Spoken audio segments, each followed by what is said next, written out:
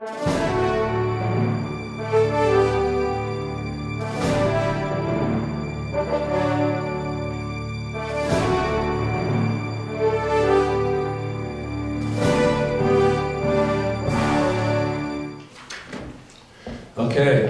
I'm going to turn this over to my illustrious chairman, Mr. Moyer.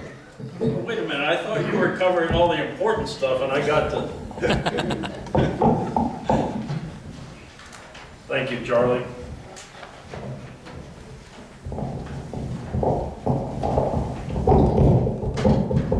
Got to start with a brief joke. Somebody asked me why I was running again. I said, you remember those 3 people that died? They were obviously Tea Party members because they were standing in front of St. Peter at the pearly gates, and he said to the first one, "What's your IQ?" And the guy said, 185. He said, "Well, you go down to the 3rd room on the left." And the guy says, "Well, who's there?" He said, "Oh, Aristotle, Plato, Socrates, it'll be good for you." The second guy, "What's your IQ?" 135.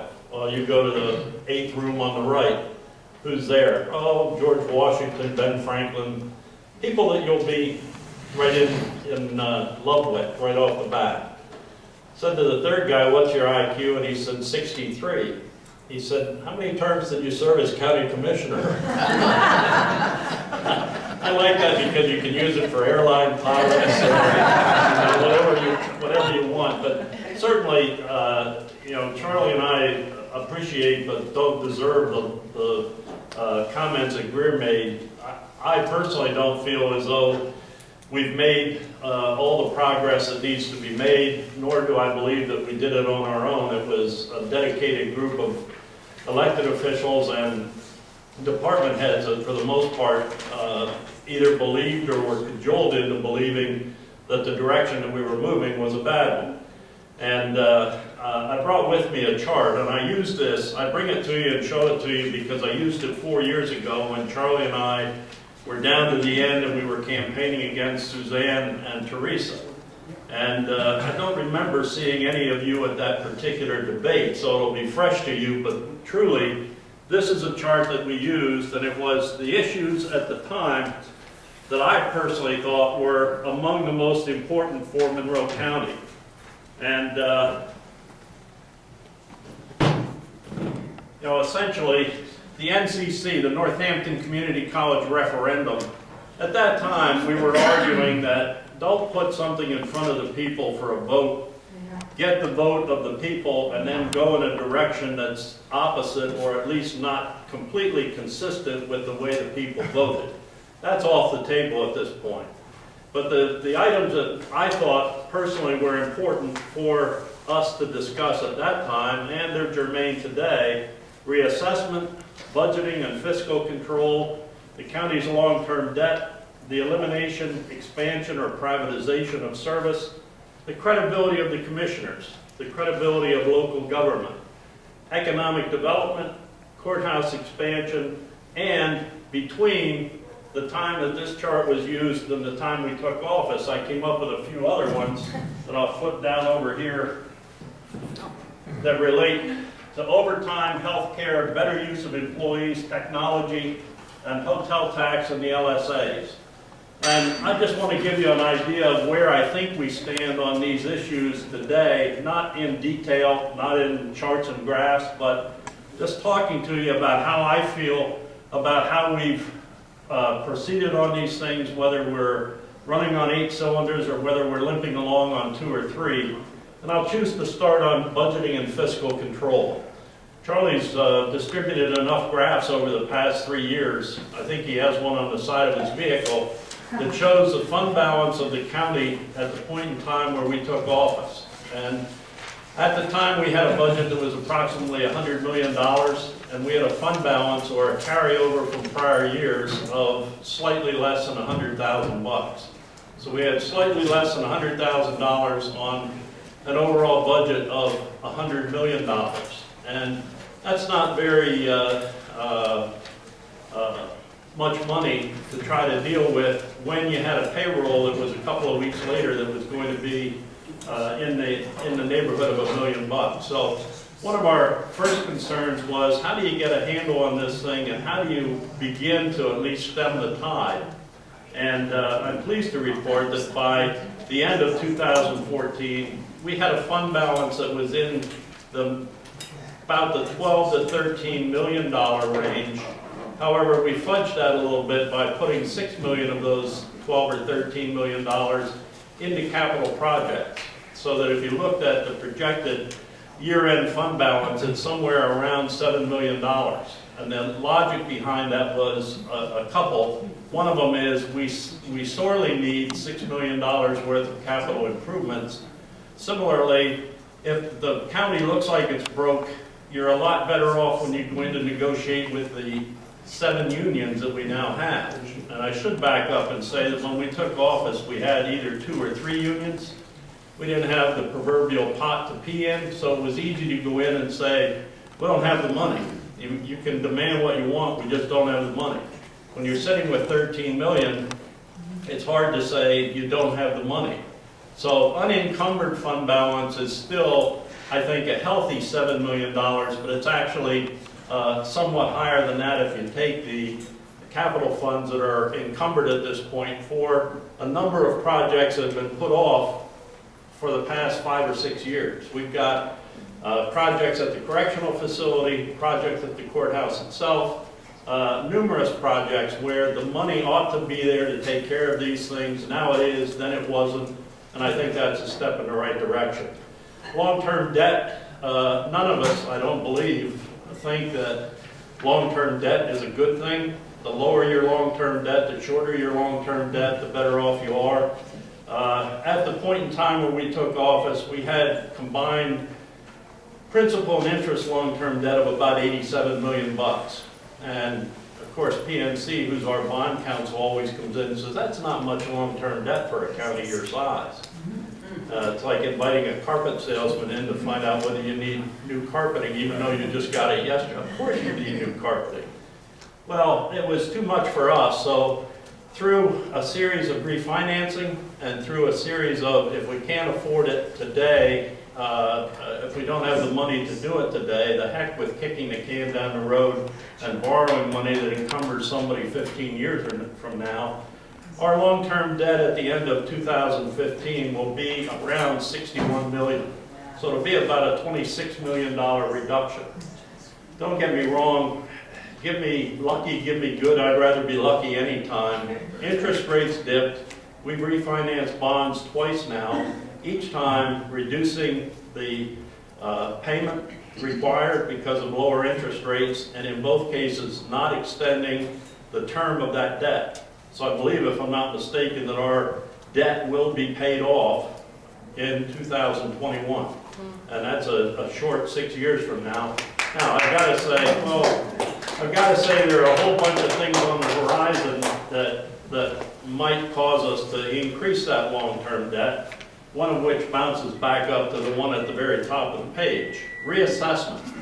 Reassessment is one of the stickiest issues that we've had to deal with, and it's taken me about 3 years to come to the realization that we can't put it off much longer. I mean, I would predict that within the next 2 years, you will see a comprehensive reassessment of the county. And the reason for that is that I don't personally think that I should be subsidizing somebody else's taxes, nor do I believe that somebody else should be subsidizing my taxes. We are so out of whack with the common level ratio at this point that there's a calculation that's done that's called the coefficient of dispersion. The coefficient of dispersion, if you have the guts to calculate it, tells you how far discrepant you are from the common level ratio. We don't have the guts to calculate it because I know we're so far off that if it was reported, people would be clamoring at our door, reassess tomorrow. It's an expensive proposition. It's a gut-wrenching proposition. It's $5 to $7 million to do, and so far we have had no assurance that any way that you do it keeps it current. And we keep demanding, if we're going to do this, if we're spending this kind of money, what can we do to make sure that some subsequent board of commissioners down the road doesn't get saddled with the same thing we do, trying to catch up for assessments that were made last, I think, in 1989. There's got to be ways to do it, and we're not finished with the, let's look at the various and sundry ways that it can be done. But I would say that if that comes down the pike, I would hate to put all of our fund balance in the reassessment process and end up with a fund balance that's a mere million or 500,000 or something like that. There's no rule of thumb that I've found that tells you what the fund balance ought to be if you're at 100 million bucks, but 7 to 10 million seems to be in the range of what's acceptable. I personally, having worked in the resort industry for 25 years, would feel comfortable with significantly less than that, but we don't have all the controls in county government that I had over the people that were working for me in the resort area, so I'll stick with 7 to 10 million. So long-term debt, I think, is going in the right direction, although there's always a chance that something's on the horizon that we're not aware of that could cause us to have to borrow instead of using money that we've already got. Yes, sir? Couldn't reassessment, though, be a shooting yourself in the foot, especially with the foreclosures and rates that we have in the county now? We have a lot of unimproved property, and you're going to have reassessments on all that.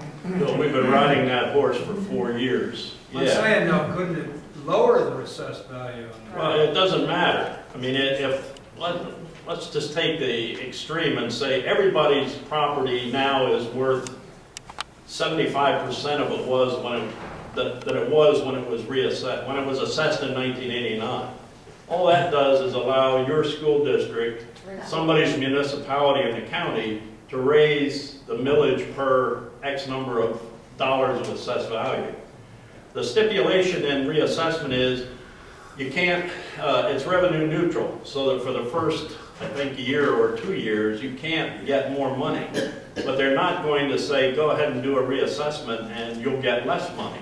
If the values overall go down, the rate of assessment will go up. Our 21.25 mills will go to, I'm just pulling a number, 27 mills to make sure that we get the same number of dollars. But with the volatility of real estate from 2008 to the present, and who knows what's going to happen in the future, we believe that there's got to be something that can be done on an interim basis that can sort of take the sting out of it by doing it maybe every 2 years or something like that, so that these horrendous adjustments are not going to encumber some future group that has to make the decision. The service expansion elimination, privatization was really something we talked about with Pleasant Valley Manor specifically. And what Charlie didn't say is we owe a tremendous debt of gratitude to the union out there for the concessions that it made. It made concessions that totaled somewhere around 500,000 bucks. So if we're in the process of having saved $1 million, we owe half of that to them.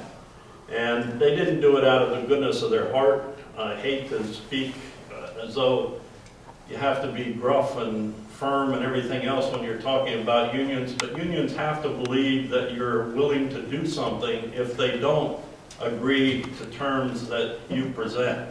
And of course, you say you want this, they say they want this, and inevitably you settle in the middle.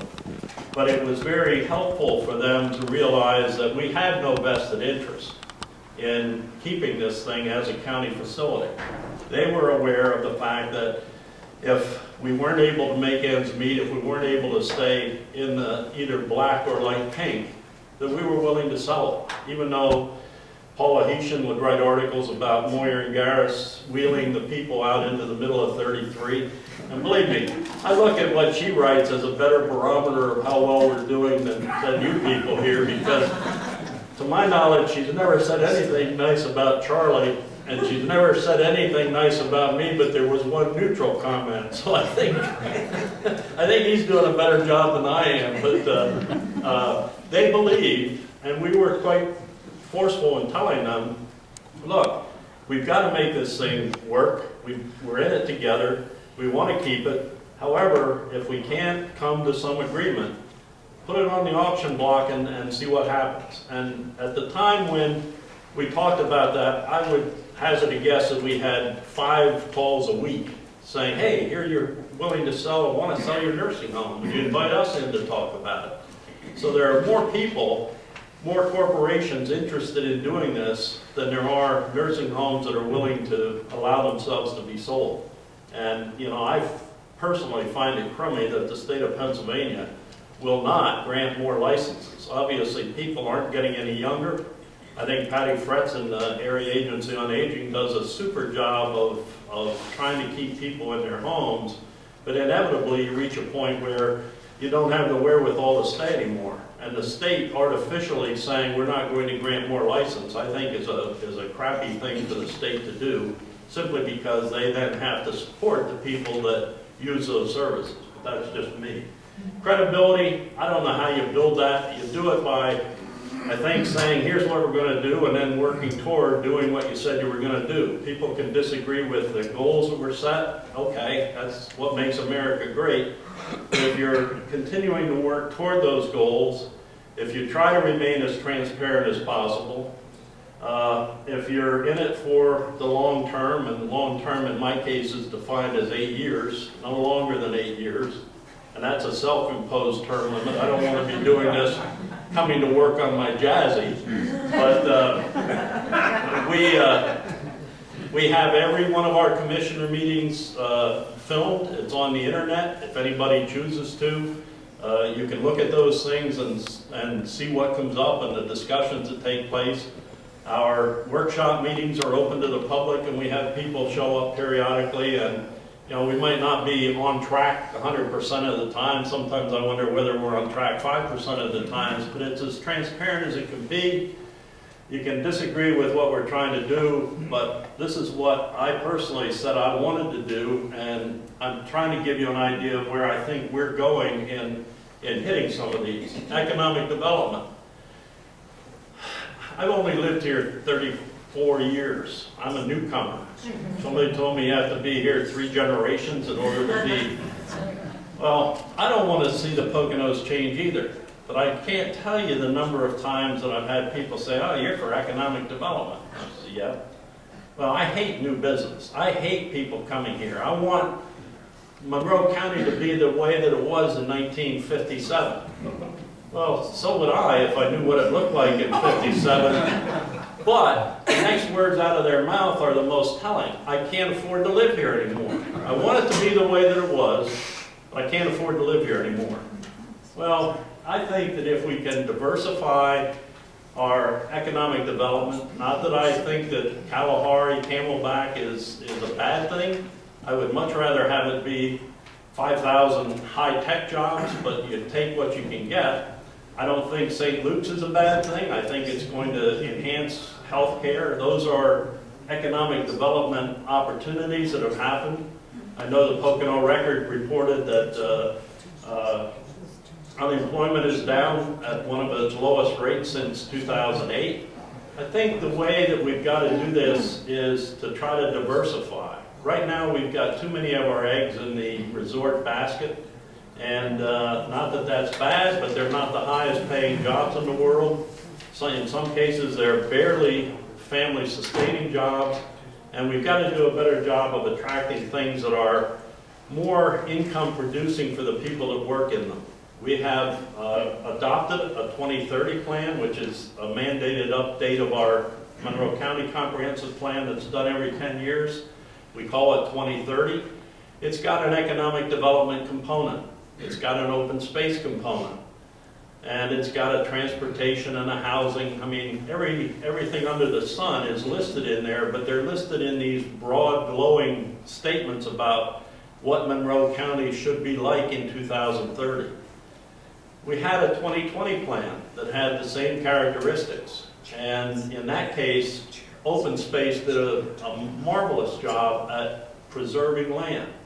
Monroe County taxpayers paid approximately $31 million, and that was leveraged into about $90 million to buy pockets of land that will be forever green, and that's fantastic.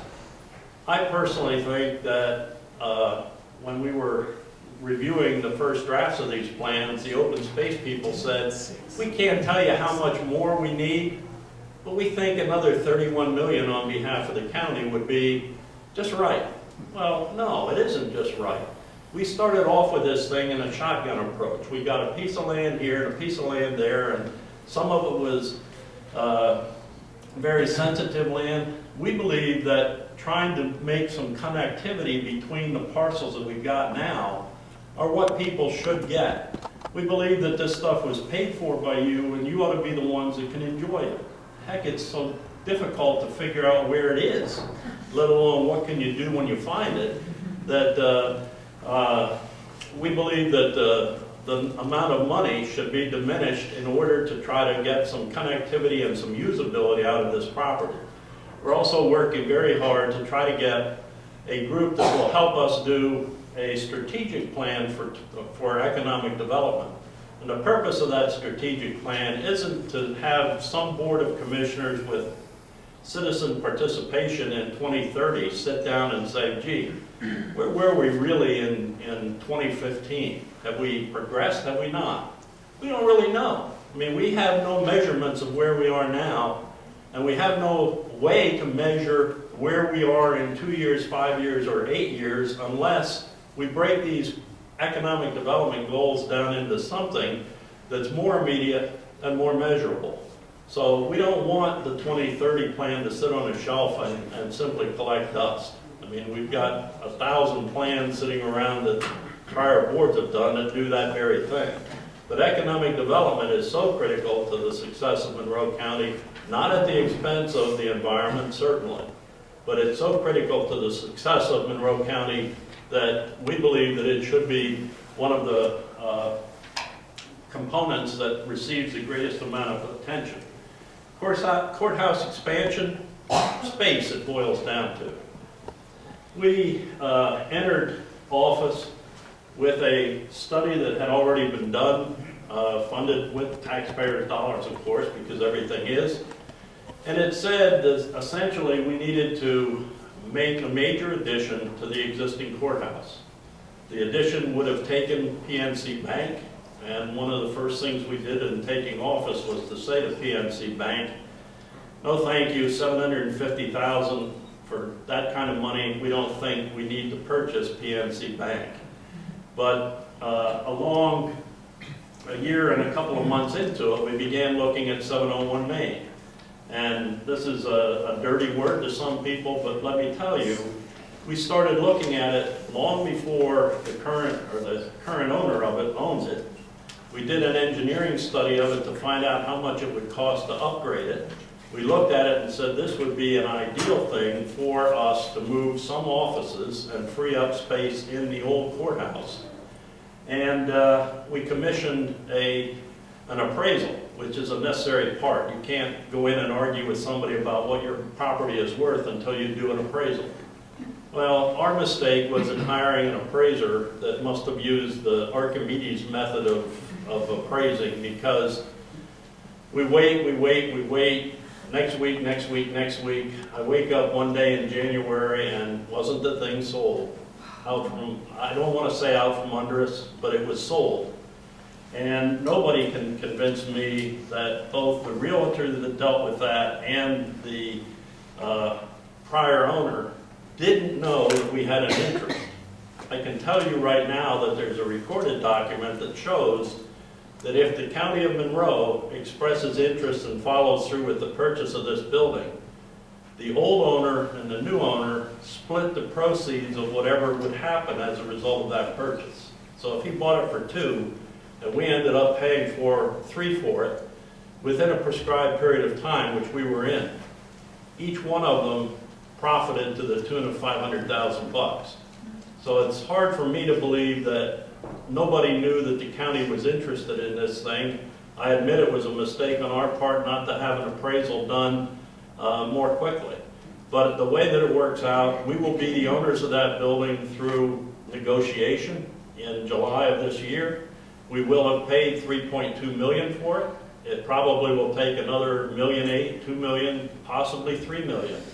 And I'm not being flip, but it's easy to say even if it cost us $4 million and the total is $7.2 million, it still pales in comparison to the $55 million that the prior architect suggested needed to be spent to make the courthouse that which it needs to be. Now, we're in the very ticklish position right now of the courts don't necessarily want to move. We don't necessarily want to encumber them by keeping them in the space that they're in.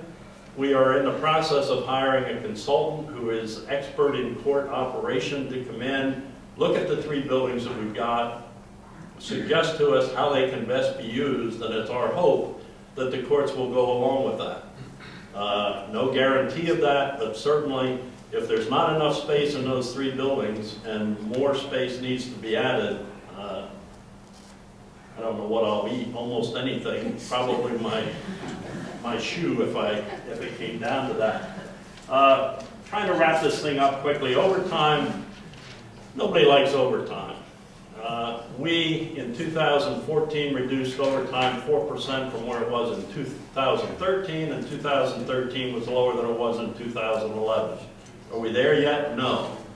The primary bug in the ointment is the correctional facility. And the correctional facility essentially contributes, I would guess, 90+% of the overtime that's incurred. And you know, we're working on that. We've come up with some plans to try to reduce that. For the first 2 years, they were understaffed, which meant people that were there had to spend more time. We've gradually gotten to the point where they've got almost a full constituent of officers. Healthcare, when we took office, I mean, again, there's a reason why we went from 2 or 3 unions to 7. When we took office, we reasoned this can't continue. I mean, healthcare is looked at as a given. I mean, everybody that works anywhere gets healthcare. We had numbers of employees that paid nothing for their healthcare and had no deductible. No deductible whatsoever. Well, guess what? The value of that to the employee, it's an entitlement.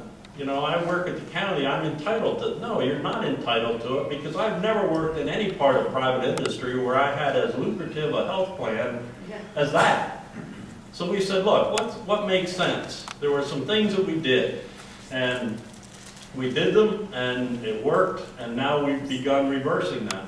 One of the things we did is to say to department heads, from now on, when you hire somebody, cover only their insurance, not their family's insurance, because we're self-insured. Second thing we said is, we had a guy, I don't know whether it was a he or a she guy, but who visited the emergency room 14 times during a given year.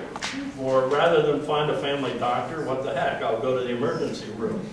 When you go to the emergency room, folks, you're supporting Kathy Cuck or whoever the top person at the hospital is, plus all the administration, plus everything else. The cost of that probably runs into the thousands. So we said, no, we're not going to do that. The deductible for an emergency room visit, unless you're admitted, is $150. You'd be amazed at the amount of decrease in the number of emergency room visits. And we said, look, everybody has to pay something for their health care.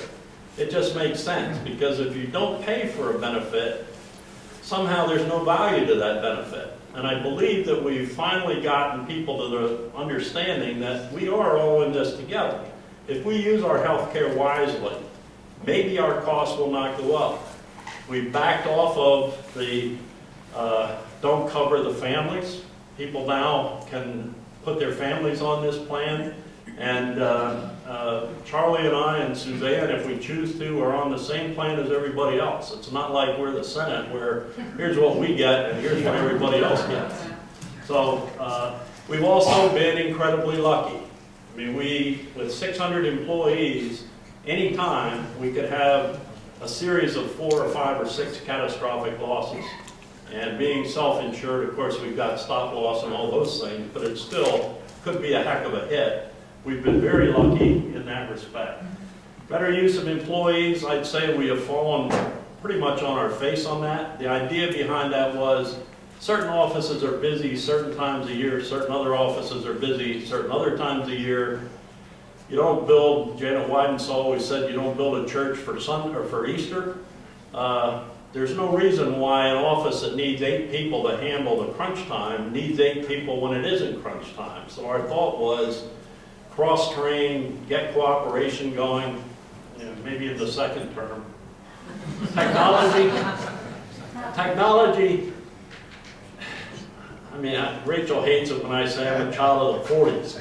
I'm one of the last people that ought to be talking about, let's jump into this technology thing. But holy cow, we've got offices in our divisions of county government that in some cases have to input the same information 3 or 4 different times.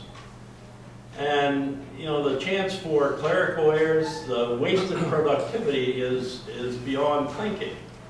We had until about 1.5 years ago, and this is still in the process, we had one person in county government that handled all of the accounting for the paychecks of all 600 employees. So it was all sent in batches of almost like me taking, or actually like Rachel taking her taxes to me in a bushel basket. Here it is, sort it out, figure out what I get paid. That's not the way that you ought to operate. So we implemented an automated system. And you think, well, that was a good idea, John. How'd that go? Well, it's still going. We're 2.5 years into it. I would say we're about 60% of the way there, but we're making progress every day. And, you know, again, maybe in the second 4 years, we'll achieve that. But that's just one of the things. Another one is record storage and retention. We talk about space. You can't imagine the number of file cabinets that we've got stuck here, there, and everywhere, filled with information that if somebody wants it, you go through, like, where's Waldo, to try to figure out where it is. And certain offices, including George's, have done an excellent job of scanning information at a point in time forward. But remember, we've been a county since, I think, 1836. And we've got records that probably go back almost that far. So we've got to do more to scan that stuff in from the perspective of being able to retrieve it, but more importantly from the perspective of every file cabinet takes up 6 square feet. And if you get 40 file cabinets, pretty soon you're talking about another office that you don't have to build a new courthouse to accommodate. Finally, and this will be on my tombstone, here lies John. He was never on Facebook, and he always fought a good battle for LSA. LSA is the local share account that we get money from Mount Airy for gambling, and it was designed for tax relief. The year that it came out, our taxes went up higher than the relief that was given to us. But the other part of it goes supposedly for economic development. It doesn't. It goes for whatever those who are in decision-making positions decide to use it for. If it happens to be a time when election is coming up, fire companies will get it, ambulance corps will get it. Not that they're not very deserving, but it was set up for economic development. My thought is that if we could only get to the point of all of us getting together, sitting down and saying, okay, we the commissioners aren't going to win on all of them, but let's figure out that 75% of it goes for economic development, and let's figure out what those projects are, because we could spend $100 million here just on infrastructure the day after tomorrow. And this comes in tranches of $1 million if you write a very good request. So let's get to the point of simply saying, instead of handing it out as walking around money, let's the decision makers get together, arm wrestle over who gets it, what's it going to be used for, and I get lip service for that, but so far there have been elections too many years for it to bear any fruit.